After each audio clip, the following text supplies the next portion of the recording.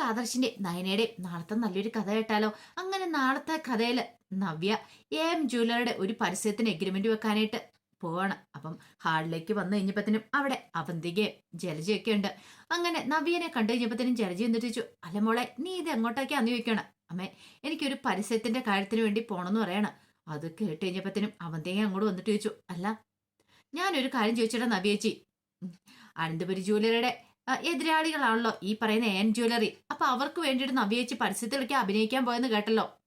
അത് ശരിയായിട്ടുള്ള കാര്യമാണെന്ന് ചോദിച്ചു. നവ്യക്ക് അത് ഒട്ടും ഇഷ്ടപ്പെട്ടില്ല. അതുപോലെ തന്നെ ജലജയർ അമ്പരപ്പോട് കൂടിയിട്ട് അവന്തിയെ നോക്കുകയാണ്. അപ്പോഴേക്കും നവ്യ പറഞ്ഞു, അതൊക്കെ എന്റെ ഇഷ്ടം, അതൊക്കെ ഞാൻ ചെയ്തോളാം, നീ അതിനെക്കുറിച്ചൊന്നും ആലോചിക്കണ്ടെന്ന് പറഞ്ഞു. അപ്പോഴേക്കും അവന്തിക പറഞ്ഞു, അല്ല നവ്യേച്ചിത് എന്ത് വർത്താനാ പറയണേ, അത് ഈ വീട്ടിൽ നിന്നോണ്ട് ഈ വീടിനെതിരായിട്ട് നീങ്ങുന്നൊക്കെ ചോദിച്ചു. അപ്പോഴേക്കും ജലജ പറഞ്ഞു, മോളെ, നീ എന്തൊക്കെ ഇങ്ങനെയൊക്കെ പറയണേ, ഒന്നും അല്ലേലും നിന്റെ ഏട്ടത്തിയമ്മയല്ലേ അത്, നിന്റെ ചേട്ടന്റെ ഭാര്യയല്ലെന്ന് നിൽക്കും. പിന്നെ ഭാര്യയൊക്കെ തന്നെ, എന്നാലും ഇതേ ഈ കുടുംബത്തിനെതിരായിട്ട് നിന്നിട്ടുണ്ടെങ്കിൽ എനിക്ക് അത് സഹിക്കാൻ പറ്റുന്ന കാര്യമല്ല. നവേച്ച് ഈ ചെയ്യുന്നത് ശരിയാന്ന് എനിക്ക് തോന്നുന്നില്ല എന്ന് പറഞ്ഞു. അപ്പോഴേക്കാണ് നയന അങ്ങോട്ടേക്ക് വരുന്നത്.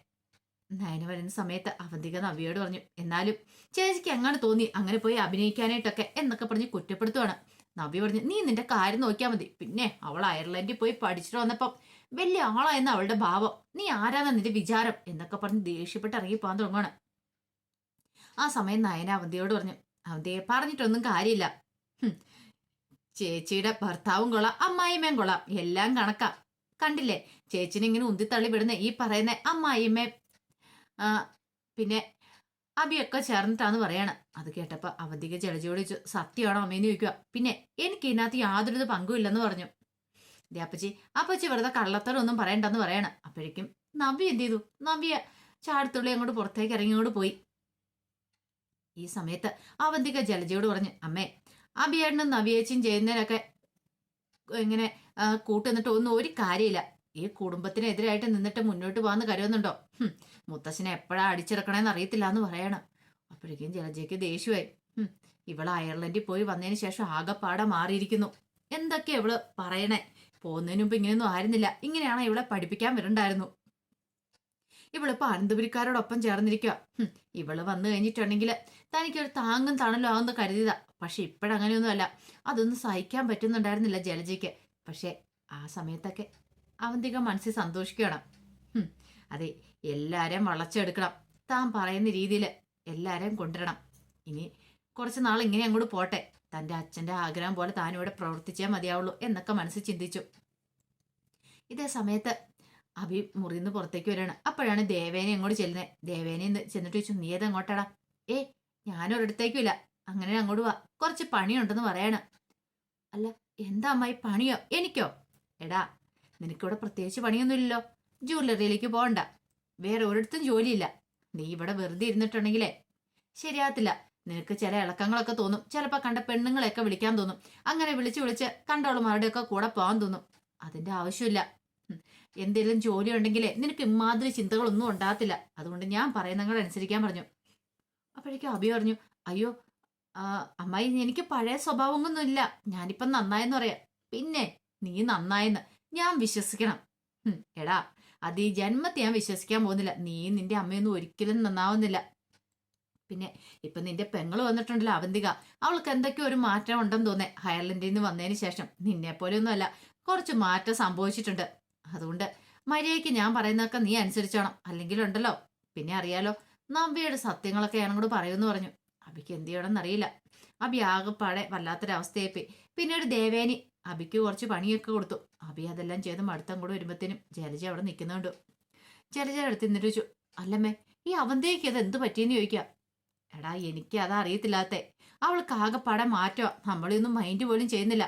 അനന്തപുരിക്കാർക്ക് ഫുൾ സപ്പോർട്ടുമായിട്ട് അവള് നിൽക്കുന്നേ. എന്റെ അമ്മേ, അവള് പോകുന്ന സമയത്ത് ഇങ്ങനെയൊന്നും ആയിരുന്നില്ലല്ലോ. അതാ എനിക്ക് വിശ്വസിക്കാൻ പറ്റാത്തെ. അവൾക്ക് ഇത്ര നാളും കൊണ്ട് ഇത് എന്ത് സംഭവിച്ചെന്ന് ഒന്നും അങ്ങോട്ട് വിശ്വസിക്കാൻ പോലും പറ്റുന്നില്ലെന്ന് പറയണേ. അല്ല, നവ്യ പരസ്യത്തിൽ അഭിനയിക്കാൻ പോയതാണോ? അതെ, അവൾക്കൊരു എഗ്രിമെന്റ് ഉണ്ട് ജ്വല്ലറിയുമായിട്ട്, അതിനു വേണ്ടി പോയിരിക്കുന്ന അമ്മേ. ഇനിയിപ്പൊ അതറിഞ്ഞു കഴിയുമ്പത്തിന് ഇവിടെ വലിയ ഭൂകമ്പം തന്നെ ഉണ്ടാവും. പക്ഷെ അതൊന്നും കാര്യമായിട്ട് എടുക്കേണ്ട കാര്യമൊന്നുമില്ല. അവളുടെ ഇഷ്ടമെന്ന് നമ്മൾ അങ്ങോട്ട് പറയും. ഇത് കേട്ടപ്പം ജലജ പറഞ്ഞ്, സൂക്ഷിക്കണം, അറിയാലോ അതൊക്കെ അവള് സൂക്ഷിച്ചോളും, അവളുടെ കാര്യങ്ങളൊക്കെ നോക്കാൻ അവൾക്കറിയാന്ന് പറഞ്ഞു. അതേ സമയത്ത് നബിയെ ഏൻ ജ്വല്ലറിയിലേക്ക് ചെല്ലുക. അപ്പം നബിക്ക് അറിയില്ല ഈ പറയുന്ന ജ്വല്ലറിയും കാര്യങ്ങളൊക്കെ അബിയുടെ അച്ഛൻ്റെ ആന്നുള്ള കാര്യങ്ങളൊന്നും. അങ്ങനെ അങ്ങോട്ട് ചെന്നു. അപ്പം എന്നെ മാനേജർ വിളിപ്പിച്ചു. പിന്നീട് നബിയുടെ പുതിയൊരു പരസ്യത്തിന്റെ കാര്യത്തെക്കുറിച്ചൊക്കെ പറയണം. നബി പറഞ്ഞു എനിക്ക് സമ്മതമാണെന്ന് പറഞ്ഞു. അപ്പോഴേക്കും മാനേജർ ചോദിച്ചു, അല്ല നിങ്ങൾക്ക് സമ്മതമെന്ന് പറയുന്നുണ്ട്, ഇനി ഇതിന്റെ പേര് വല്ല പ്രശ്നം ഉണ്ടാവുമെന്ന് ചോദിച്ചു. അതെന്താ സാർ അങ്ങനെ പറഞ്ഞേ? അല്ല, മൂർത്തി ജ്വല്ലറിയുടെ ആൾക്കാരാണല്ലോ നിങ്ങൾ, അപ്പൊ പിന്നെ അവർക്ക് എതിർപ്പ് കാണത്തില്ലേ നബി ഈ പരസ്യത്തിൽ വന്ന് അഭിനയിക്കുന്നുണ്ട്? ഓ അതാണ് സാർ, അതൊന്നും എനിക്ക് പ്രശ്നമല്ല. എനിക്ക് കുടുംബത്തിലുള്ളവരുടെ ശത്രുതയൊന്നുമില്ല. പക്ഷെ എന്റെ പാഷനാണ് ഈ മോഡലിംഗ് എന്ന് പറഞ്ഞാൽ. അതിപ്പോ ആര് വിളിച്ചാലും ഞാൻ പോയി ചെയ്യൂന്ന് പറയാണ്. അതിപ്പോ അനന്തപുരിക്കാരുടെ എതിരാളികളായ ജ്വല്ലറികളാണോ അതൊന്നും ഞാൻ നോക്കാറ് പോലും ഇല്ലെന്ന് പറഞ്ഞു. അത് കേട്ട് കഴിഞ്ഞപ്പത്തിന് അയാൾ പറഞ്ഞു ഇങ്ങനെ വേണം. അതെ, നല്ലൊരു മോഡൽ ഇങ്ങനെ ആയിരിക്കണം എന്ന് പറയാണ്. നവിക്ക് ഭയങ്കര സന്തോഷമായി. പിന്നീട് നവിയെ പുതിയൊരു എഗ്രിമെന്റ് ഒക്കെ സൈൻ ചെയ്യുവാണ്. അങ്ങനെ നവ്യ അങ്ങോട്ട് പുറത്തേക്ക് ഇറങ്ങി കഴിഞ്ഞപ്പോഴത്തേനും നാഗേന്ദ്രനെ വിളിക്കുകയാണ് എൻ്റെ എം ഡി വിളിച്ചിട്ട് കാര്യങ്ങൾ സംസാരിക്കുകയാണ്. നവ്യ വന്നിട്ടുണ്ടായിരുന്നു. അപ്പോഴേക്കും നാഗേന്ദ്രൻ പറഞ്ഞു, അവളെ മുറക്കെ പിടിച്ചോ, അവളെ നമ്മുടെ തുറുപ്പ് ചീട്ടാ, അവളെ വെച്ച് നമ്മളൊരു കളിയൊക്കെ പ്ലാൻ ചെയ്യുന്നുണ്ട്. അത് കേട്ട് കഴിഞ്ഞപ്പോഴത്തേനും സേവ്യർ പറഞ്ഞു, ആ കാര്യമൊക്കെ ഞാൻ ഏറ്റു, നല്ലവണ്ണം തന്നെ പറഞ്ഞു വിട്ടിട്ടുണ്ട്. എന്താണെങ്കിലും അവൾ ഇനിയിപ്പം നമ്മുടെ കമ്പനിക്ക് വേണ്ടിയിട്ട് മോഡലാവും. ഇത് കേട്ടപ്പോൾ നാഗേന്ദ്രൻ പറഞ്ഞു, അവൾക്ക് കാര്യങ്ങളിലൊന്നും ഒരു സംശയവും തോന്നില്ലെന്ന് പറയണം. അവൾക്ക് സംശയങ്ങളൊന്നും തോന്നിയിട്ടില്ല. അവൾക്ക് പൈസ കിട്ടിയാൽ മാത്രം മതി, അവൾ മോഡലായിട്ട് അഭിനയിക്കും. നമുക്കും അതാണല്ലോ വേണ്ടത്. ഇത് കേട്ടപ്പോൾ നാഗേന്ദ്രൻ പറഞ്ഞു, പതുക്കെ പതുക്കെ അവളെ നമുക്ക് ഇങ്ങോട്ട് അടുപ്പിക്കണം. അങ്ങനെ അനന്തപുരിക്കാരുടെ കുഴി തോണ്ടണമെന്ന് പറയണം. അവളെ വെച്ച് നമുക്കൊരു കളിയെ കളിക്കാനുള്ളതെന്ന് പറഞ്ഞു. അങ്ങനെ നാഗേന്ദ്രൻ കുറെ പ്ലാനുകളും കാര്യങ്ങളൊക്കെ ചെയ്യുന്നുണ്ട്. ഈ സമയത്ത് അവന്തിക്ക് ആരും കാണുന്നില്ലെന്ന് ഉറപ്പുവരുത്തിയിട്ട് പുറത്തിറങ്ങിയിട്ട് നാഗേന്ദ്രനെ വിളിക്കുകയാണ്. വിളിച്ചിട്ട് കാര്യങ്ങളൊക്കെ സംസാരിക്കുകയാണ്. അനന്തപുരി വന്നതിന് ശേഷമുള്ള കാര്യങ്ങളൊക്കെ. നാഗേന്ദ്രൻ പറഞ്ഞു, മോളെ അങ്ങനെ തന്നെ വേണം, നീ അങ്ങനെ തന്നെ മുന്നോട്ട് പോയിക്കോ. ദേ ഏതിനും അച്ഛൻ ഫുൾ സപ്പോർട്ടായിട്ടുണ്ട്. എന്തെങ്കിലും പ്രശ്നമുണ്ട് നീ എന്നെ വിളിച്ചാൽ മതി. അതൊന്നും കുഴപ്പമില്ല ചാ, ഞാൻ നല്ല തകർത്ത് അഭിനയിക്കുന്നുണ്ട്. അമ്മ പോലും അന്തം വിട്ടിരിക്കുക. ആർക്കും ഒന്നും വിശ്വസിക്കാൻ പറ്റിയിട്ടില്ല. അങ്ങനെ വേണം, ആർക്കും ഒരു സംശയത്തിനും ഇട കൊടുക്കരുത്. അറിയാലോ, നിന്റെ അഭിനയം തകർത്ത് അഭിനയിക്കണം നീ. ആരെങ്കിലും അറിഞ്ഞിട്ടുണ്ടെങ്കിൽ ശരിയാവത്തില്ല. നിന്റെ അമ്മയോ ഏട്ടനോ ആരും ഈ കാര്യങ്ങളൊന്നും ഇപ്പൊ അറിയാൻ പാടില്ല. അതൊക്കെ എനിക്ക് അറിയാച്ചാന്നൊക്കെ പറയണം. പിന്നീട് നയനയാണെങ്കിൽ കട്ടക്കലിപ്പിലാണ്. നവ്യ പരസ്യത്തിന്റെ ഇതിന് എഗ്രിമെന്റ് സൈൻ ചെയ്യാൻ പോയതെന്ന കാര്യമൊക്കെ അറിഞ്ഞു. അതും ഏൻ ജ്വല്ലറിക്ക് വേണ്ടിയിട്ട്. സഹിക്കാൻ പറ്റുമോ? അല്ലെങ്കിൽ തന്നെ അത് കാരണം കൂടുതൽ പ്രശ്നങ്ങളൊക്കെ ഉണ്ടായിക്കൊണ്ടിരിക്കുക. ആദർശാണെങ്കിലും പരാതിയൊക്കെ പറയുന്നുണ്ട്. പലരും ചോദിക്കാൻ തുടങ്ങി. ഒന്നിനൊന്നിന് ഇപ്പൊ അനന്തപുരി ജ്വല്ലറി അല്ല മൂർത്തി ജ്വല്ലറി പിന്നോട്ട് വന്നുകൊണ്ടിരിക്കുകയാണ്.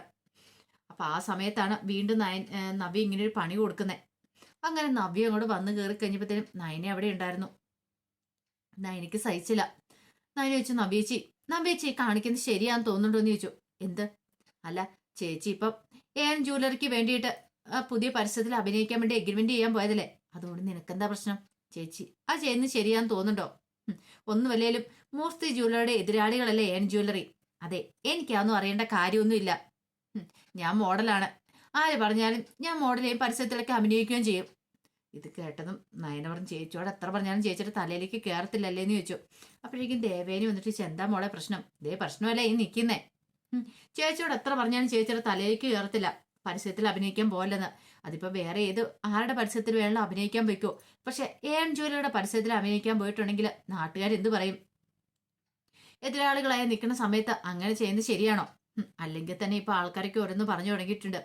അത് കേട്ടപ്പോ നബി പറഞ്ഞു, എനിക്കതൊന്നും അറിയേണ്ട കാര്യമൊന്നുമില്ല, എനിക്ക് പൈസ കിട്ടിയാൽ മതി. അതെ, എന്റെ ഭർത്താവിന് ഇപ്പൊ കൂലിയും ജോലിയൊന്നും ഇല്ലായിരിക്കുക. നിന്റെ ഭർത്താവ് കമ്പനിയുടെ MD ആണല്ലോ, ഇഷ്ടംപോലെ പൈസയുണ്ട്. പക്ഷേ എന്റെ അവസ്ഥ അതല്ല. എനിക്ക് എന്റെ ഭർത്താവിന്റെ എന്റെ കുഞ്ഞിന്റെയും കാര്യങ്ങളൊക്കെ നോക്കണം. അബിക്കൊരു ജോലി കിട്ടുന്നോടം വരെ ഞാൻ വേണം കാര്യങ്ങളൊക്കെ നോക്കാനായിട്ട്. അതുകൊണ്ട് ഞാൻ പരസ്യത്തിൽ അഭിനയിക്കാൻ പോവുകയും ചെയ്യും. ഇനി ഏൻ ജ്വല്ലറിക്ക് എന്നല്ല ആർക്ക് വേണ്ടി ഞാൻ ജോലി ചെയ്യുമെന്ന് പറയണം. അത് കേട്ടപ്പോ നയനയ്ക്ക് ദേഷ്യമായി. അപ്പോഴേക്കും നബി പറഞ്ഞു, നീ ദേഷ്യപ്പെട്ടൊന്നും ഒരു കാര്യമില്ല നയനെ. നീ അല്ല ഡിസൈനിങ് ഒക്കെ ചെയ്യാൻ പോയിട്ടുണ്ടായിരുന്നല്ലോ. നയന പറഞ്ഞു, അത് നമ്മുടെ ജ്വല്ലറിക്ക് വേണ്ടല്ലേ, ആരുടെ ജ്വല്ലറിക്കാണെങ്കിലും നിനക്ക് ജോലിയും വരുമാനമൊക്കെ ഉണ്ടായിരുന്നല്ലോ. പക്ഷെ എനിക്ക് അന്നും ഒന്നുമില്ലായിരുന്നു. പക്ഷെ ഇനി ഞാൻ അങ്ങനെ ഇരിക്കാൻ തീരുമാനിച്ചിട്ടില്ല. എനിക്ക് എൻ്റെതായ കുറച്ച് തീരുമാനങ്ങളൊക്കെ ഉണ്ട്. നീ എന്നല്ല ആര് പറഞ്ഞാലും അതൊന്നും അനുസരിക്കാതിരിക്കാൻ എനിക്ക് പറ്റില്ല എന്ന് പറയാണ്. ഞാൻ എൻ്റെതായ രീതിക്ക് മുന്നോട്ട് പോകത്തുള്ളൂ എന്ന് പറഞ്ഞിട്ട് നവ്യ അങ്ങോട്ട് കയറിപ്പോയി. എനിക്ക് മനസ്സിലായി എന്തൊക്കെ വന്നാലും ഇനിയിപ്പം പറഞ്ഞിട്ടുണ്ടെങ്കിൽ ചേച്ചി അനുസരിക്കില്ലെന്ന്. ഒന്നെങ്കിൽ അഭി അത് പറഞ്ഞു നിർത്തണം, അല്ലെങ്കിലോ അപ്പച്ചി പറഞ്ഞു നിർത്തണം. പക്ഷെ അവർ രണ്ടുപേരും പറയാനും പോകത്തില്ല. അവരുടെ ആഗ്രഹം എങ്ങനെയെങ്കിലും മൂർത്തി ജ്വല്ലറി തകർന്നു പോകണം എന്നുള്ള ആഗ്രഹമല്ലേ. മറ്റുള്ളവരുടെ മുന്നിൽ അനന്തപുരിക്കാർ നാണം കിടന്ന് കാണാനായിട്ട് കാത്തിരിക്കുന്നവരല്ലേ അവര്. പക്ഷെ ഇതെങ്ങനെ വെറുതെ വിട്ടിട്ട് കാര്യമില്ലെന്ന് മനസ്സിലായി. എന്തേലും ചെയ്യണം എന്നൊക്കെ നയനൻ തീരുമാനിക്കുന്നുണ്ട്. അപ്പൊ അതിന്റെ വിശേഷങ്ങളൊക്കെ നമ്മൾ കാണാൻ പോകുന്നത്. ആ വിശേഷങ്ങൾക്കായി നമുക്ക് എല്ലാവർക്കും കാത്തിരിക്കാം കേട്ടോ. ഒരിക്കൽ കൂടി എല്ലാവർക്കും ശുഭരാത്രി നേർന്നുകൊണ്ട് നിർത്തുന്നു.